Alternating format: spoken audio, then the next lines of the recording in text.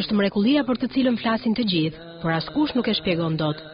Ali Jakubov është vetëm 9 muajshe, nuk mund të quhet as pak një fëmijë i zakonshëm. Foshnja i ka ndryshuar jetën prindërve të tij, ndërsa shtëpia ku familja jeton në jug të Dagestanit është ndërruar në vend pelegrinazhi.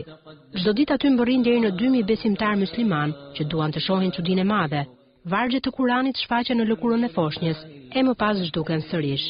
Këtë fillim javë në krahun e djathtë të Aliut lexohej: "Falendero Allahun e i mirënjohës ndaj tij."